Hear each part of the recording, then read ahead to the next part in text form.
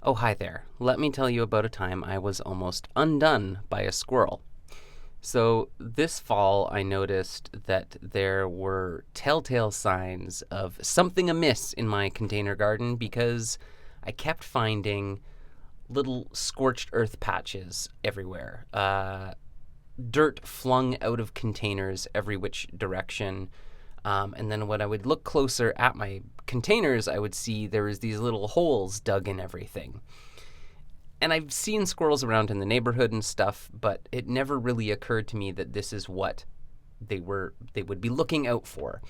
I take it as a high compliment that I built up good soil, nice and loose for digging in. I can't tell you how many peanuts I've found buried. Also, where are they getting the peanuts? Where are squirrels getting whole unshelled peanuts? That's the real mystery here. So this went on and on and on, and for the most part, I would just dutifully go out and sweep up after this squirrel, or squirrels for all I knew, and they would dig out carrots and just kind of leave them lying on top of the dirt. And I just kind of was basically cleaning up after these things. And then one fateful day, I came face to face with the bandit. This is Squirrely Dan, as he is affectionately known, just having his way with the containers, as you can see, making a good old mess there, taking just enough time to stare me down. Okay, so squirrels are pests. And if they're in your garden or in your container garden, you know that one squirrel by itself can actually do quite a bit of damage. For the most part, he wasn't digging things up and eating them, just making a mess and inadvertently breaking plants. I had noticed a stalk of my asparagus plant just as it had gotten big enough to poke above the ground. Squirrely Dan knocked that over and broke it off.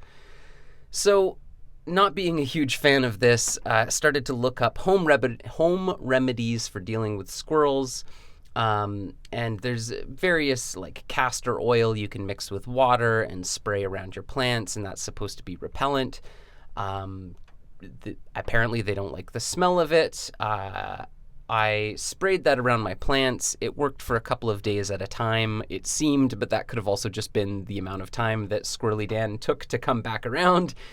I didn't notice any real impact. Maybe for the first week or two it did something, but I guess he got used to it, and it just became salad dressing to him. I ground up some paprika seeds because I heard that capsicum, they don't like that either. That seemed to work a little bit better.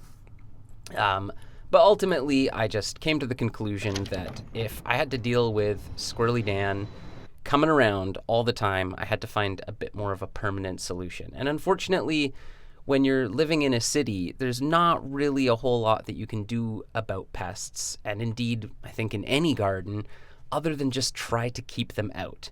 I thought about trying to create better habitat for Squirrely Dan, more places to dig in that weren't my containers, so I've built up soil around my building. This is the remnants of the asparagus shoot he broke off. I'm collecting evidence for the Hague here on Squirrely Dan. So I caved and I bought chicken wire. It looks ugly. I don't like putting it over containers, but I knew that from my past experiences of living on Vancouver Island and dealing with deer, the only real thing that keeps pests out, large pests that like to dig in things and eat things, is to put chicken wire over them and fence them off. And of course, plants can still poke through this. But again, what I was finding with this squirrel is that he's not actually eating things. He's digging and he's burying stuff to eat later. So as long as the plants can grow through, it's fine. I don't love the look of it. I don't necessarily recommend it as an aesthetic choice, but if you're at your wit's end with a squirrel digging in something that you just don't want a squirrel digging in, chicken wire's kind of the only way you can go.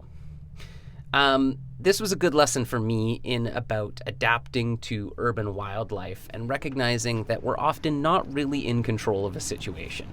So best of luck with your squirrel neighbors and squirrel friends. I feel like for the moment, I'm at a peaceful truce with Squirrely Dan because he can't get into the stuff that I don't want him to get into.